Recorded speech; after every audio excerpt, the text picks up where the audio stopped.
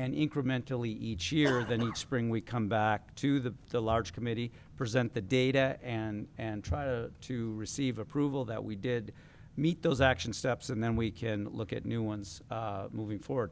So last year, under the student advisory, we had two different objectives, and actually one fell to the adult advisory group, and that was the homework policy.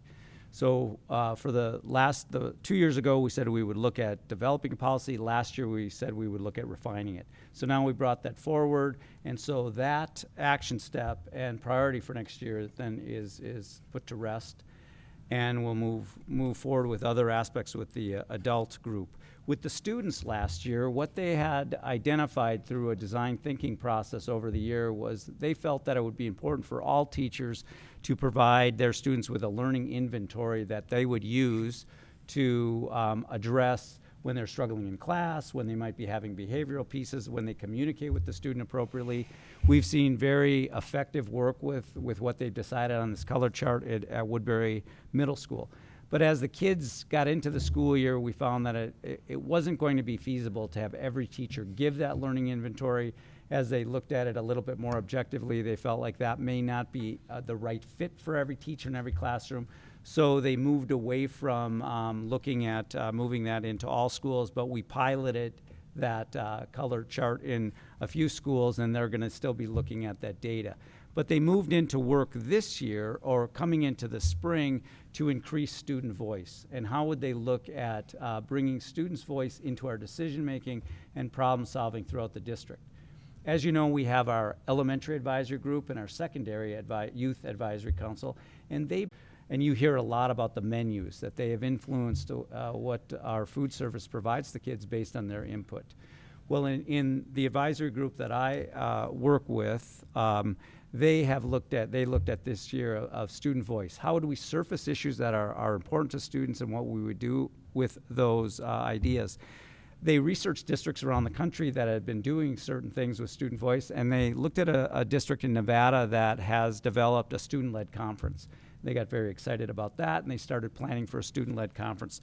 So this year, what our objective for the priority statement for the students is empower student voice through organizing, planning, and initiating the first student-led conference focused on student problem-solving, decision-making around personalized education and current issues of concern. And what they have looked at is that they identified the following topics that they want to address at the conference: school safety, mental health, career and college readiness, cultural awareness, and vaping and e-cigarettes, because they see those as issues and items of interest. And the recommendation from the conference, what the success measures would be one, successfully convening this conference. We hope to have 100 kids. We don't think we'll be a success if we have any less than 50 students attend. And then we hope that we would generate at least 3 to 5 ideas for improvement coming from the students that realistically could be implemented in our school district through our strategic plan in the fall of 2020. So right now we're planning to convene this conference in October. It's a very aggressive plan because we were meeting once a month last spring and we haven't gotten far enough, so we're going to start in August. If we can't get that done in October, we may move it to November, but we'll be coming back next spring, hopefully with suggestions from the conference. And then as we'll go through the year, we'll look for other areas that will enhance student voice. So that's where we move this year, and I'm proud of the students. They are a phenomenal group and a really good thinking group, and I feel like this conference, if it goes well, we are going to generate some very interesting and meaningful ideas that we can move forward. So if I'll entertain any questions about the student voice piece. I don't have a question, just more of a request that after the conference, if the students are willing to come and present to the board on what came out of the conference, sure. I would be really interested in that. That would be great. I think they're going to be very excited, and if it works, they're really excited about implementing it, so I think they'd love to come. Okay? The other thing I would hope that we'd see is that the students who participate are not just all the students on student council and in NHS and in the Key Club. We have, I think if there's a way to really be intentional about reaching out to kids who aren't as fully engaged. That's what we talked about with them, because we want them to personally invite kids and not just, and we'll put it out to anybody who wants to come, because we'd love to have 1,000 students. But you're exactly right, because we've talked in that group. That group is made up of students who, from all walks of the school life, and that's important too. Okay. Right, then I'll turn it over to Brian Booth, who will talk about the other priority statements and personalization. All right, good evening. Kelly Jansen and I are kind of looking at priority statements 2 and 3. We're proud of the work that we've been able to accomplish in personalization over the last couple of years. As we've shared previously, last year the focus was on moving standards-based instruction forward. We implemented at the 3rd through 5th grade level new progress reports that started moving our upper elementary grades to the 1, 2, 3, 4 system. Pretty successful rollout. You know, it's something new and challenging, and working with our staff, we kind of slowed down the pace of implementation and felt like as if it was a pretty successful rollout for year 1. We continued and pushed forward with Schoology and Seesaw as a way to communicate with our parents, with our students. When you look at the objective itself, I hope you've heard me say this before, and I hope it sinks in with everybody in our community. What we're aiming for with this is shared ownership of learning. That the parents and guardians are really locked in and understand and know what the student experience is looking like, what assignments are there, what is the core learning objective, that the students own that learning, that they are a partner with the teacher to say, yes, I know this objective, I can show you, I can demonstrate my learning in a variety of ways. And so Schoology and Seesaw allows us as educators to really open the doors for parents and guardians to really see what's going on, and creates that shared ownership. And so last year we felt like it was a very successful year with the strategic plan, and then in our reflection and then the feedback and spending time with Dr. Jacobus, really the push for us this year is to try to make it more and more visible for our students and our staff. And so I hope that you see in our objectives for this year that it's less about the maybe standards-based instruction. It's not that we're not moving forward with that, but that we are asking of our staff to really start to analyze and then use their knowledge base to engage their students in a new way. So I hope you see some of that in our new priority statements for this year. And so what you'll see, priority statement 2 is to empower a group of stakeholders, including students, so it's very important to us that we have our student voice in that, to design and implement personalized instruction at the organizational level, the school level, classroom level, and then the individual student level. And what that looks like for us is that we're going to partner with some other school districts who are also on a personalized learning journey to find out what are they doing, what's working for them as they're looking at grading and looking at those types of things. And so we'll work with some teams outside of District 833. We're going to roll forward and start seeing some 6th grade grading in the 1, 2, 3, 4 scale, and a very, very small version of that in an effort to use Schoology to try to see, is this going to work at a middle school level? So it's a pilot opportunity for us, and we'll do that in our social studies, in our math, and our ELA. So 6th grade parents are going to see that this year. Test everything on my kid. Yeah. Well, it's you're a perfect audience for us to get feedback on whether or not it's successful. I'll certainly let you know my feedback. Okay, I appreciate that. Look forward to it. We'll do a survey, and we'll find out. And so one of the major items of this priority statement is the access to technology. Working with the Strategic Plan Committee and really talking about what role does technology play, and then going back a couple of years ago when the school board asked the community to support us when it comes to technology in the hands of students and in the hands of our staff and the software that goes with that. We are moving forward with a one-to-one with Chromebooks at Eastridge High School, at Woodbury High School, and the South Washington Alternative. And with that, of course, comes training and support and working with our families to make sure that students understand that this is a tool to help them access their learning, to demonstrate their learning. And so all of the work that comes with that as it moves forward, that's going to be a key piece to this. Another priority or action step within there is the support for our teachers as they're implementing all of this. You know, if you're implementing new to Seesaw, what does that look like? How could I if I'm new to standards-based instruction, how can I get good at that? It's a complex system. And so we're implementing an instructional coaching model that's going to ask of our teachers an opportunity to reflect and have support, have someone sitting with them, another teacher in our system, to help them learn and grow and have a confidential conversation about the challenges of what they're facing and how we can move forward with that.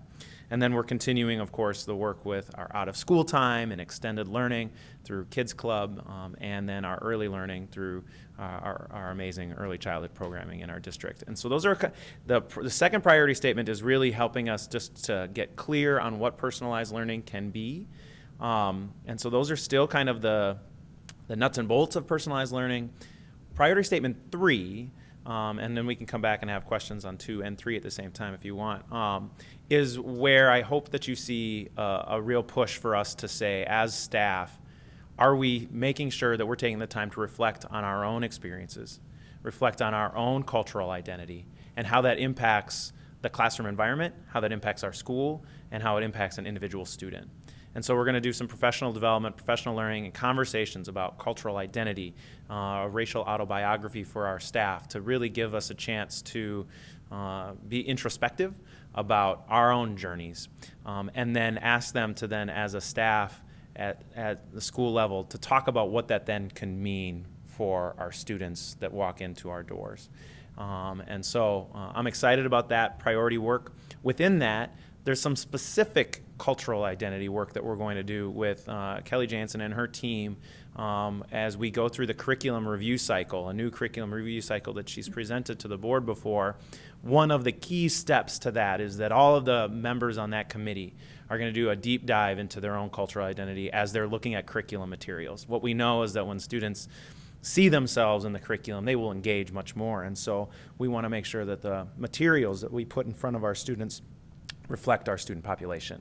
And so we're going to ask of our teachers that go through that curriculum review process to really dig deep, to understand their own background and to understand the backgrounds of their students.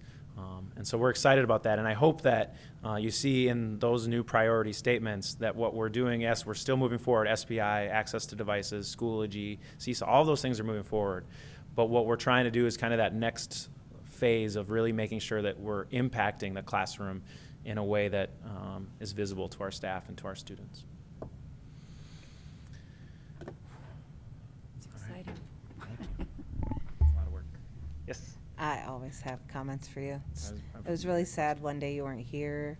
I heard on about this. vacation. Yes. I had comments for you. I think the Schoology work and the access to technology that you're talking about is really exciting, and I was fortunate I was at the strategic planning meeting, and several parents talked about how exciting it was to see that progress and to see that being updated regularly, and how it helped them feel much more engaged in what their students were doing. And a couple of teachers talked too about their experience and using the technology and how that was working for them. So I think that's really exciting, and I'm glad that we're allocating time to support teachers in building up that skill. I think there were some comments, though, for families who have kids in multiple buildings that then don't use it or aren't using it as fluently, how we're sort of sharing that rollout plan with families so that they understand why it feels like one kid is getting it and the other kid's not, or you know, my neighbors get it but we don't, and understanding that learning curve, but also that long-term plan of using it everywhere, I think is really important. I would agree. The communication moving forward of when devices are going home and to what grade levels and the why behind it is critical. I will share the last 2 days we've done professional development with our teachers. We've had about 200 teachers over the last 2 days coming in and doing training on Seesaw, Schoology, technology, but also just getting ready for the school year. If I've got quizzes that I've always been using, I've got to get them into Schoology. That takes time, and we've had training and support. And I want to share, this is technology in the hands of students isn't gonna make it so that a teacher is less engaging. In fact, I think a good teacher with this kind of technology can take a classroom to a really interesting place. And there's a teacher at Park High School who has created an escape room through a Schoology lesson. So you can't progress. If you've done an escape room, it's a room that's got puzzles and quizzes and things that you have to work your way through in order to get to the next level. And she's created this series of quizzes and games that you have to work through with partners on the American history of like the American Revolution and the Intolerable Acts. I'm a social studies nerd, and so I was trying to answer the questions and get out of the room as well.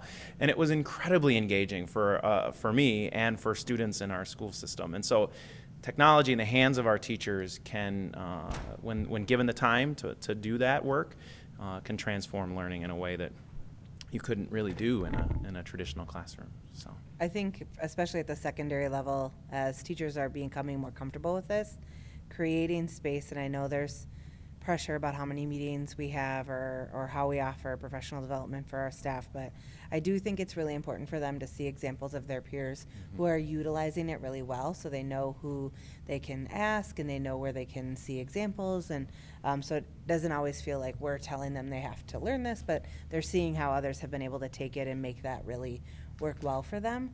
And so I think as the buildings are talking about this, making sure that that's part of that conversation of how can we do a good job of sharing out what we're doing really well so that people can see where they can get some more support maybe. I agree. I just want to say too, I mean, I feel like, because I've been in some of the PLD, whatever the name of the committee I go to. The Advisory Staff Development Committee. Thank you, yes.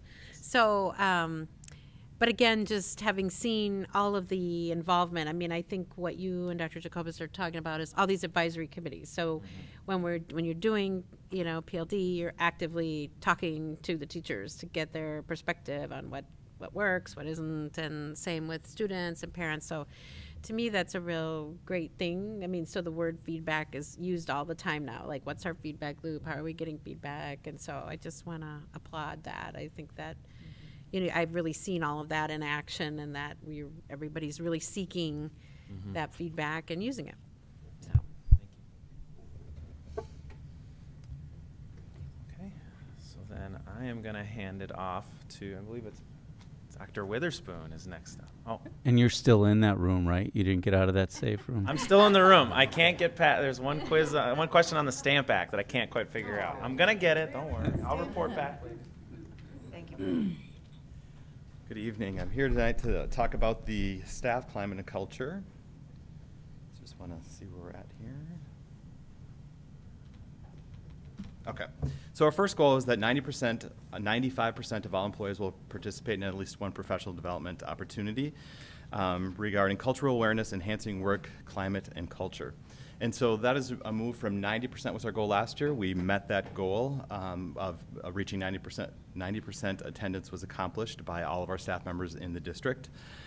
We had Rick Petrie come and facilitate 7 sessions, and his focus is really on how to have conversations that bring people together while understanding how our own personal values and beliefs impact our perspectives. And so we had some really great positive feedback regarding that, and the staff learned a lot. Next year, we'll continue with the goal with making it 95% of our staff attend. Eventually, I'm hoping by the next year, it's 100% of our staff will attend. We have to provide some contract time and some other time in order for that to work, but we are working on that as we do contract negotiations with the different bargaining groups. I think what's different for our next year is that we'll be pairing up with teaching and learning and the coordinator of professional development and focus on a sequence, a scope and sequence of trainings that build off each other so that someone might be able to attend more than one, and then we will the gains will be faster, and we can see it in our system if we have a scope and sequence that builds off each other. So, and then additionally, we will be, I'm really excited about this, we'll be partnering with Mankato State University. So we are, a bunch of us from cabinet and principals are attending Courageous Leadership, and I know we've talked about it several times before. And so we're partnering with the professors that we work with there for our systems leaders, and we're calling it the Racial Equity System for Systems Leaders. And so there'll be a full sequence, scope and sequence for the year, and it includes both small group and large group instruction and facilitation. We're going to use a train-the-trainer model, so all of us who have gone through the Courageous Institute leadership will actually be facilitating our own groups. And so I think that's exciting for us as facilitators and as well as our stakeholders.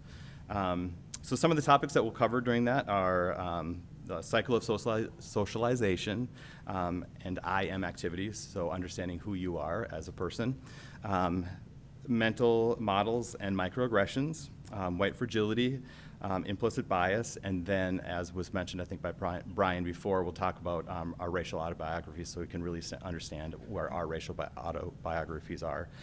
Any questions about that so far? Otherwise, I can move on to the second priority statement. I'm just curious, can you remind me how we're defining all employees? Yeah, virtually all employee groups. So we took a list of all bargaining units and made sure there was at least one opportunity for each one of those bargaining units. Teachers have a lot more opportunities and administrators have a lot more opportunities, so we wanted to make sure our frontline professionals had the same type of opportunities. So like even food nutrition staff? Yes. Yep. Bus drivers, bus assistants, everyone attended at least one training. Thank you. Good question. So priority statement 2, District 833 will increase the number of new hires of color from 15 to 17%. This increase, we're going to go from June to June. And so I just want to mention that we did reach our goal of 15.2%, and I also want to mention that these are qualified candidates of color. These really are our best candidates, and I'm really excited that we've reached that goal and that we're continue to strive for a higher percentage, and so we'll continue to do that. We continue to attend local job fairs. We will also, one of the focuses when we met with the strategic plan community members was the importance on keeping out-of-state career fairs as part of the strategic plan. I originally didn't know if that was going to be a great idea or worth our time, but people really felt like that was important, and so we'll continue with that. A team will be attending Iowa State University Teacher Fair, Wisconsin Education Recruitment Fair, and Teacher and Administrator Recruitment Fair at Michigan State University. So those are the 3 that we're going to focus on this year and see how that goes and come up with a plan for what the next year might look like for recruitment. The other thing we're doing that I'm really excited about too is we're increasing our profile on Indeed. And so we know that a lot of people are looking for jobs on Indeed and that we need to go to them with the unemployment rates the way they are. And so enhancing our profile on Indeed, how we market our district better, how we utilize some of the search engine tools so that we appear higher up on searches and such when people are looking for certain types of jobs. Looking at increasing our reviews. There's an area where people can ask questions. We'll make sure someone can answer those questions. There's certain ways that you can post. We had a meeting with Indeed, a conference call with Indeed, and so there's a way that you can post positions that will actually make you come up further in the search menu, and so we'll be employing some of those strategies as well. I'll say whoever is running Altman's Facebook page, they have been posting all of their job openings through their Facebook page, which I also found a good way to let teachers and families know who are in the community of that school that they're hiring. So I don't know if that was one of your strategies or not, but I was like, oh, that's interesting. Yep, That's we do good. post Getting that out there. sometimes post some things on, but I do like the community, the smaller group community to get parents in those. I would just invite you to any of your businesses that are posting in different places, let Kevin know, because we're always looking. That seems to be a revolving or a changing landscape as well. And I think that we've interviewed this past year more people of color than we have in the past because of our connections, some of us, and our community word of mouth. We have a lot of talented people right here in this district who a lot of times are not aware of the opportunities. One thing you said, though, was about the training. Christine and I talked a little bit about this last night, and that was the IDI training. And now that some of you will have went to it, it would behoove us to really use that as a tool as we move forward. I agree. Thank you. So we currently have established relationships with colleges: Century College, Inver Hills, River Falls, University of St. Thomas, St. Paul College, Dakota Tech. I'm excited. We're just beginning stages of discussions and getting things ready to offer a partnership with Bethel University for people who, right now, our focus is on people who have bachelor's degrees, so maybe a paraprofessional who has a bachelor's degree or someone else who has a bachelor's degree and might want to become a teacher or a special education teacher. And so we're focusing on a cohort model where the classes will be offered here.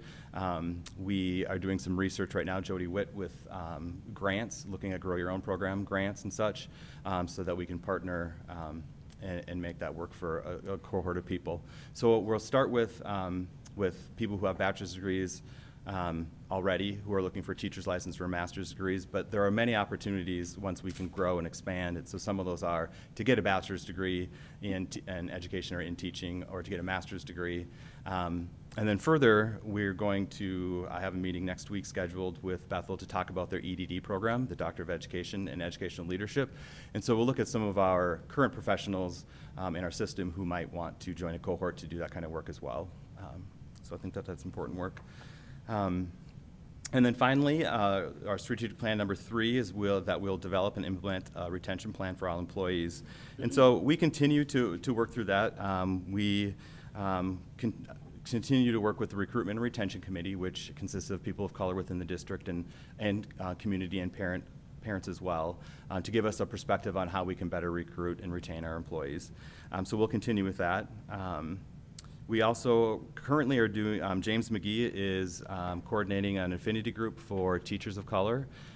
This year, the goal would be to expand that group to any employees of color, facilitated by James, and I'm assuming that Corey will also have, I haven't asked her yet, but have a role in that as well. I'm also going to look to Corey and I to work on a mentoring program for our staff of color.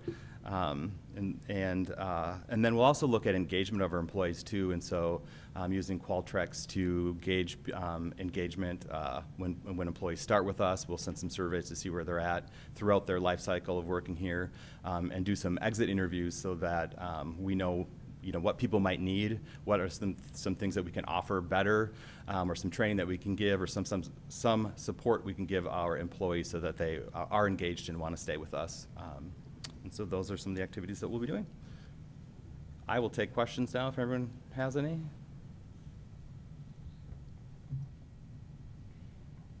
I just think it's amazing to see. I just remember where we were looking at 3%, 4%, and to hit that 15% mark, and just across the district is very great. So Yep. thanks. And so one of our goals too is to hire more teachers of color, right? So most of those hires are in non-teaching positions, but we are making gains in that area. So I'm excited to hopefully some of the out-of-state job fairs and some of the mentoring programs and some of the Grow Your Own programs from bachelor's degrees and such, we can get some more teachers. So with the out-of-state programs, though, do we have issues with our licensure? I mean, to me, that always seems to be an ongoing issue. No, if somebody comes from another state.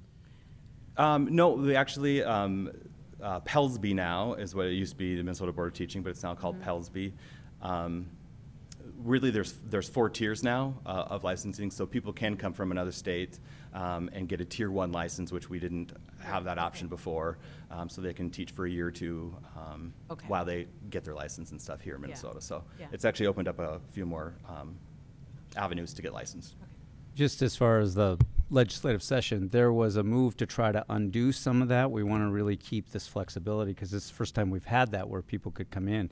And as I mentioned last time, we're hiring the best candidates, and it's not a large pool. That's why I'm happy the percentage has gone up, but it's really hard because we are so fortunate on the people, I think, that now have started to show more interest in the district. So there's a number of people that, as we talk about this, it's not just to try to get the numbers. We've got look at our hiring, the people that you guys have had a chance to work with. You see that we got the best of the best, but it's a tough number to move as we go. But that licensing is critical for that flexibility, and I was really disappointed there was some movement to try to change that. It didn't happen this year, but next year's a policy year, so we'll have to keep that in mind.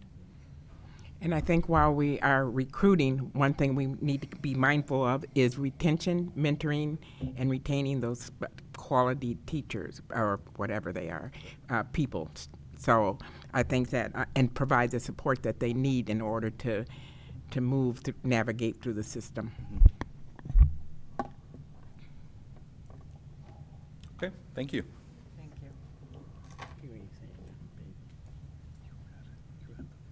I'll finish off with priorities 4, 5, and 6 for student climate and culture. With priority 4, in 1819, it was apply student preference for learning by creating opportunities at the secondary level that involves shared ownership. It's the same thing for next year as well. We had gotten some great feedback this year as opposed to the other years. Some fantastic feedback from not only the students but our main strategic plan group in May. But it's not going to change next year. We received the feedback to keep that, even though some of the work was parallel with the personalization group. So first off, the action step from this past year was to complete the middle school program of study. We had done so. I'd like to note 2 members of our TLS staff, Jennifer Elsesser and Angela Lawrence. They were tremendous with this, getting this taken care of at our 4 middle schools. So that's complete. That's off the books. Moving on to action step number 2 for this priority, developing secondary student focus groups to engage in communication, feedback, and learning opportunities about student preference, the choice and voice. And Michelle, you had mentioned before that we don't just want the kids that are in student council or the YAC kids. We had gotten this past year about 1,100 kids in a Google survey, 11, 12 questions. And if you were here for the strategic planning, we did the 4 Corners activities to share with you some of the answers that they had given. But this was based on certain classes that they took. So we really mixed it up and we were able to get some good information. We're going to continue this as one of our action steps for this priority, but we want to go more in depth with the questioning and the feedback instead of just surveying and developing those questions and surveying those focus groups. We also want to add additional questions and analyze and enhance the accountability from the measurement and those findings. When we then move on to action step number 3, which was getting all that feedback, then sharing all the information, the feedback, preference, sharing those findings with principals and TLS to help implement ideas for future years.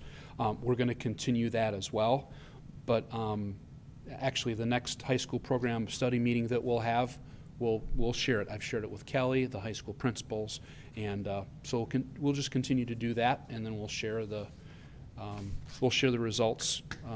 I guess probably in January or February of next year at our mid-year. Priority 5, student climate and culture. Instead of just demonstrating the use of the CLRT strategies, we will demonstrate, assess, and align. We've been demonstrating for a little while right now. We need to assess what we're doing to make sure it's making that impact and then align it amongst all grade levels too. The first action step for this would be continue Dr. Holly's book study and that work. It's not going to change much for next year except a little bit on the principals. Julie, Christine, and me, I have shared with my principals that when we formally evaluate them and we watch their staff meetings, I'm making the requirement for mine that you're not going to have someone else do that equity presentation. You're going to do it yourself, or you're going to do it with someone else, because when the principal's up there presenting, it makes a lot of difference. Now, many of our schools do that already, but for the purpose of this with the principals I work with, when I'm observing, I want to see that. I want to see that 10 to 15 minute lesson where we're practicing those strategies, so then we see them in the classrooms. Action step number 2 is to continue Dr. Holly's work with our CLRT teacher leaders, our district leaders. That's Gina Spoo and Jennifer Terry. They've been a tremendous resource for us this past year. The progress this past year was very positive. We had Woodbury Middle, Cottage Grove Middle, and then for elementaries, Cottage Grove, Gray Cloud, Armstrong, and Hillside all participated. And I don't have the names offhand of who's participating then for next year, but we're getting those completed. Gina and Jennifer had done a 5-year kind of rollout for us. I think that's really going to help the CLRT, this priority statement for future years. The main part of that, there were 6 components of their plan, and I think that I'm not going to rattle off all 6, but the most important one, and it came up in the student group. There was a gentleman, young man from Park, who's going to be a junior, and he just said, how do you know this is working if we don't see it in action?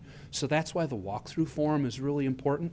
And that most important part was principals who are trained in CLRT and in practices will support the implementation, including the use of the walkthroughs.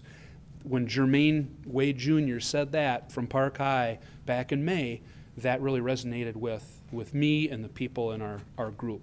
So anyway, that action step 3 for priority 5 would it be to implement. This past year we did not. We still had people doing their own thing. Gina and Jennifer saw what we were trying to do and they said, forget it. Let's not mess this up right now. We're going to take care of this summer. So they're implementing for the fall that we're going to use the same tool. So then we can align and assess. Priority statement number 6. Last year it was analyzing the use and impact of the positive skills and techniques for relationship building.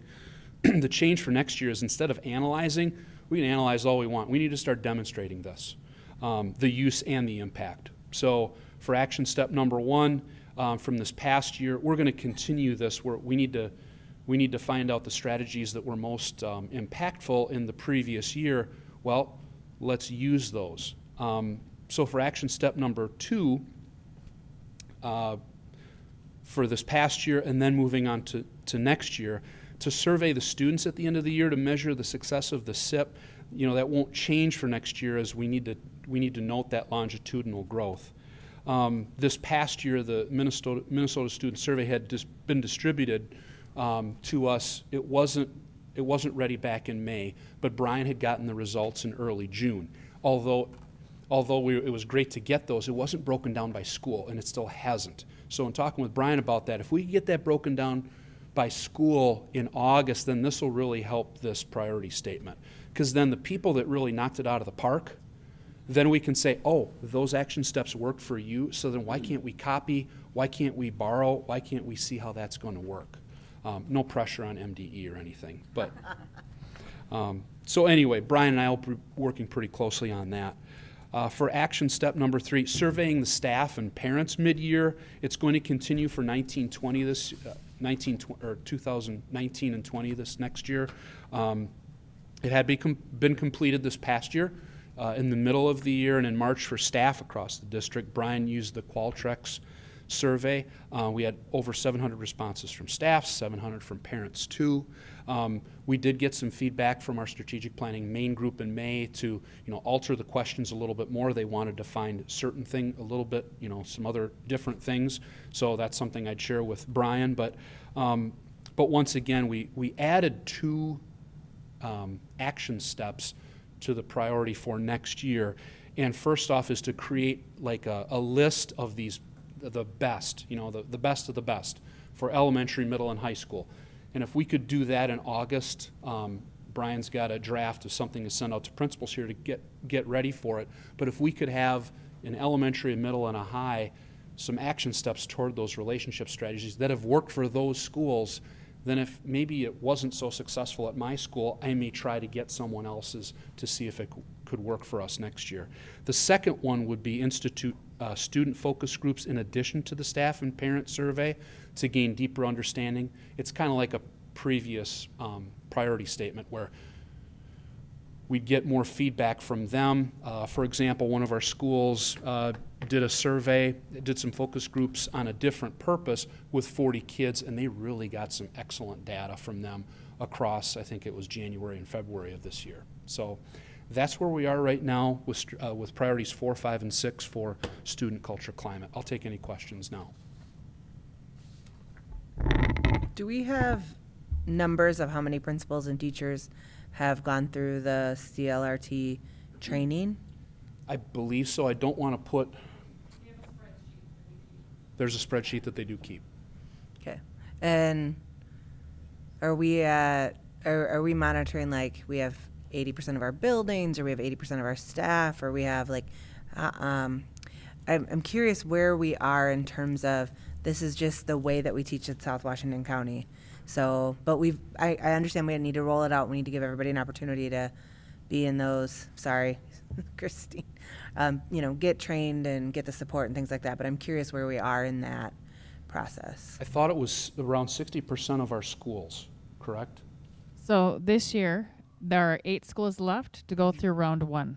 But that doesn't mean that none of the teachers in those schools have been trained, because they've been getting training all along the last 3 years. Mm-hmm. So this year will be the last 8 to go through for round 1. But in addition, all the schools that have already been trained are getting second and third rounds with other teachers in the schools. Okay. So we have a spreadsheet of every single teacher in the district or staff person and if and when they've been trained and how many times. Okay. Tremendous thank you to Christine, to Trina, and to Jennifer and Gina too, as well as our equity teacher leaders. And if I could add too, part of standardizing, that's just the way we teach. It was something you brought up, which I think is important. We're also looking at redoing our evaluation for teachers. That was the second part of my question is, once everybody's gone through round one, how are we building it into walkthroughs and teacher evaluations? And Mike talked a little bit about how it'd be part of principal evaluations, but I think it's really important that that's part of teacher evaluations as well, once we've gotten the opportunity to, get everybody. We have a committee together that consists of teachers, the union, Great. health administration, and we've met 3 or 4 times already, and so we'll have a tool soon. Thank you. Anyone else? I don't have a question, I have a comment. Okay. I'm just really impressed with the work. This is a wonderful report, and I'm excited to see the results and the feedback when we get some scores. So, thank you for all your hard work. This is wonderful. I have more comments, sorry. All right. I was just giving other people time.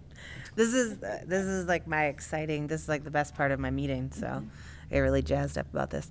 So as we were thinking, as I'm reading priority statement 3, number 6, I can't keep the number straight, but I want to be sure that we're really thinking about how are we giving guidance to the schools about aligning the really great work they're doing around building relationships to the strategic plan, because they come and present all the time on really great social emotional learning activities that we're doing, or really great mentoring opportunities that we're offering, really great programming that they have staff and students participating in.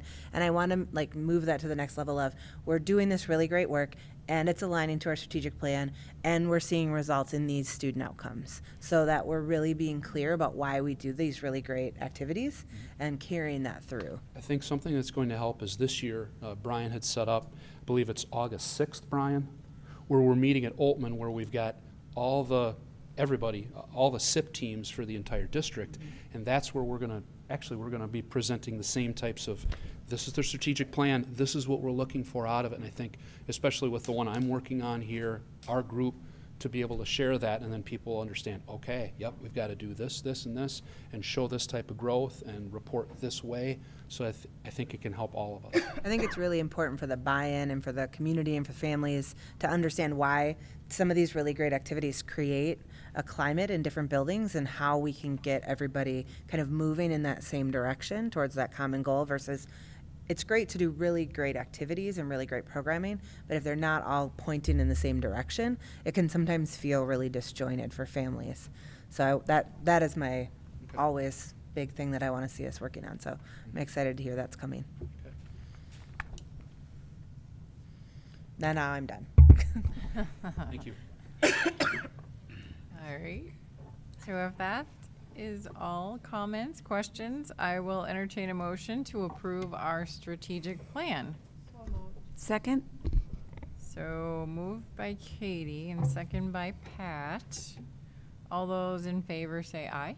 Aye. Any opposed? Motion carries. Thank you so much. 10.4 is the approval of the resolution relating to the election of school board members and calling the school district general election. And Dr. Jacobus. Great. Attached, we have a resolution that calls for the school district to hold general election for the purpose of electing 3 school board members for a 4-year term each. The general election will be held on Tuesday, November 5th, 2019, between the hours of 7 a.m. and 8 p.m. Once approved, the district administration will proceed with the necessary legal postings within the required timeline. So we'd ask you to pass the resolution. All right, so we'll ask for motion for the resolution relating to the election of school board members and calling the school district general election. Be it resolved by the School Board of Independent School District 833, State of Minnesota, as follows. It is necessary for the school board to hold its general election for the purpose of electing 3 school board members for terms of 4 years each. I'll entertain a motion to approve. Second. All right, so Sharon moved and Katie seconded. And since it's a resolution, we need a roll call? Pat Driscoll, Yes? Heather Hirsch, Yes. Michelle Whitty, Yes. Katie Schwartz. Yes. Sharon Van Leer, Yes. Ron Kath, Yes. Tracy Burnett. Yes. All right, motion passed. Thank you. 10.5, approval of resolution relating to filing dates for affidavits of school board candidacy. Great. Since you passed the last one, I hope there's a couple of board members on this board interested in that last timeline. So here we have the resolution that would approve the dates. In the board report, it says the dates are June 30th. It should say July 30th. It's correct on the resolution. But the dates are July 30th, 2019 through August 13th, 2019. The school district will hold a general election for the purpose of electing 3 school board members for a term of 4 years. The ballot will include these names that filed affidavits of candidacy during the legal filing period. Once approved, the district administration will proceed with any necessary legal postings and the required timeline. All right, so, resolution establishing dates for filing affidavits of candidacy be it resolved by the School Board of Independent School District 833, State of Minnesota as follows. The period for filing affidavits of candidacy for the office of School Board Member of Independent School District Number 833 shall begin on July 30th, 2019 and shall close on August 13, 2019. An affidavit of candidacy must be filed in the office of the school district clerk and the $2 filing fee paid prior to 5:00 p.m. on August 13, 2019. So I'll entertain a motion to approve. So moved. Second. Moved by Sharon and second by Katie, right? Okay. Roll call vote one more time. Pat Driscoll, Yes? Heather Hirsch, Yes. Michelle Whitty, Yes. Katie Schwartz. Yes. Sharon Van Leer, Yes. Ron Kath, Yes. Tracy Burnett. Yes. Thank you. Motion passed. 11.0 are reports and comments. 11.1 is our superintendent's report. Thanks. I just want to first call out Bob Berkowitz and thank him for his work. You heard a lot in the strategic plan about where we've moved with technology. Bob has done that all with a very limited budget by working tirelessly to work with our vendors, to leverage different things, to look at the right platform, and we've moved that forward. We're now, as we've shifted in our web page and what we're doing with your board documents, Bob has been instrumental in helping to work through, and we still will see how this works out as we go. But this summer, he and his team have replaced all of our phones in the district.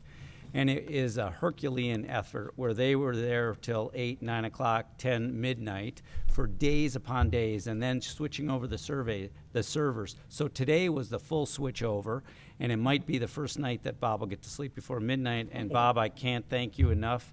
You just never quit, and whatever problem you come across, you find a way around it. And we are so lucky to have you leading us in our technology area and all of the work that happens. It's like magic because it's so complex. I don't understand it, but Bob certainly does. So thank you so much.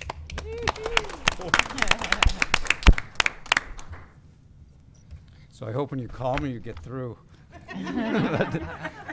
And then I want to talk a little bit about Kwame and the facilities. Dan mentioned a couple things, but we have many construction projects going on this summer. Kwame Ayeem, our Director of Facilities, and his staff have done an outstanding job of facilitating our contractors and vendors to complete the work in time for classes to begin in September. The following is a short list of our summer work in progress. So first at the elementary schools. At Crestview Elementary, we are scheduled for new windows, lockers, and new internal and external doors. Currently, we are waiting for the external doors to be delivered. We are on schedule to be completed by the start of the school year. The staff and visitor parking lots and the bus lots have also been, and in Kwame's word, reclaimed and reconstructed, but resurfaced. The parking lot project was completed ahead of schedule. At Hillside Elementary, also has been scheduled for new windows, lockers, and internal and external doors. We're waiting again for the external doors to be delivered, but we're scheduled to be completed by the end of the month. We're upgrading and replacing the building automation system. That system will allow Kwame from the office to control the HVAC and all of the internal systems in the school. We are going through all of our current systems and bringing them up to date in the same way, because we have a mixture throughout the schools of different automation systems. So that's what that means. You're going to hear automation system in a couple other schools. At Valley Crossing Elementary, we are completing the resurfacing of the parking lots, and construction is still progressing. We are scheduled to be done by mid-August. Along with the parking lots, we are replacing the alarm panel in the school to align with the other district schools' alarm systems. If you remember, we purchased Valley Crossing. They had a different system, and we want to make sure we have the same system so Napoleon can monitor and we have access with our police agencies to the same system. At Liberty Ridge Site 2, we are currently replacing the HVAC system. We found issues with the system that created excess moisture in the school and potential for mold issues. So we're replacing the system, the whole system. Also, we are installing new building automation for that school as well. At Nuevas Fronteras, as you know, we're in the second year of a 2-year remodeling project. We are progressing rapidly and on schedule for the interior to be ready before the start of school. Due to the rains, there might be delays on the roofing and the landscaping. So they'll be a little bit behind, but these major items may not be completed until September, but the inside will be completed. Onto the middle schools. At Lake Middle School, we are replacing the roof, all of the student lockers, and worn carpet throughout the school with tile. We are also replacing and upgrading the pool pack. The pool pack is the system that runs the filtration systems and things like that. We're also replacing the pool heater and the starting blocks. The replacement of the pool pack will greatly improve the ventilation. It's a new system where the ventilation is blown across the pool, so it pulls that chlorine gas away from where the swimmers are breathing. In the old system, it just sort of came up and was pulled away. So it's a real advances. We've done that with our other pools as well. The work is scheduled to be completed before the start of school. We are also replacing and recommissioning the building automation system. The majority of the work will be completed at the start of the school, but there will be a few aspects of this project that will be ongoing during the school year. At Woodbury Middle School, we're resurfacing the parking lots and the bus lots. The work is currently in progress and scheduled to be completed just before the start of the school. We're a little behind on this project due to the many rain delays that we've experienced. And with all the road construction, we thought that might cause problems, but that hasn't. It's just been the rain. At our high schools, at Park High School, as Dan mentioned, we are replacing the outdoor track and the artificial turf. We're also resurfacing the activities indoor track and replacing the main gym bleachers. All of these projects are scheduled to be completed the second week of August. We have completed replacing the activities. Also, the activities entrance doors have been replaced. At Woodbury High School, as was mentioned earlier too, we have a 2-year project schedule for the music area. This year is phase 1, which includes the addition of sound dampening individual practice rooms, the same type of practice rooms that you've seen at Altman Middle School, and we're replacing the auditorium seating and carpet, which we've talked about for a while. Outside, we are covering the stone fascia near the roof area, the top of the area. It's stained, and we weren't able to keep that up. That's a 2-year process, so we'll be covering it with a aesthetically, I think, great metal product, and that'll be finished next year. The first I'm sorry. I shouldn't do this. I'm reading this, and I start to explain that. So there's a 3-year schedule to complete the outside of the metalwork. We're also resurfacing the activities indoor track. That completes a summary of our current and major projects being completed this summer. We still have our yearly projects of replacing broken concrete district-wide, damaged irrigation lines, pool repairs at both Nuevas and Woodbury Elementary School, or at Nuevas and Woodbury. We are also looking at the fire alarm panel replacement at the DSC and DPC of caulk and tuck pointing. And again, as I mentioned, this is a different funding stream. So as people hear us talking about our concern of our fund balance. This money comes in a different way and needs to be spent in these projects, which is great to keep them up, because as Dan said, as we let that maintenance go even just a year or two, the price goes way up. And then finally, just on professional development, many of our teachers represented South Washington County Schools at this year's Avid Summer Institute.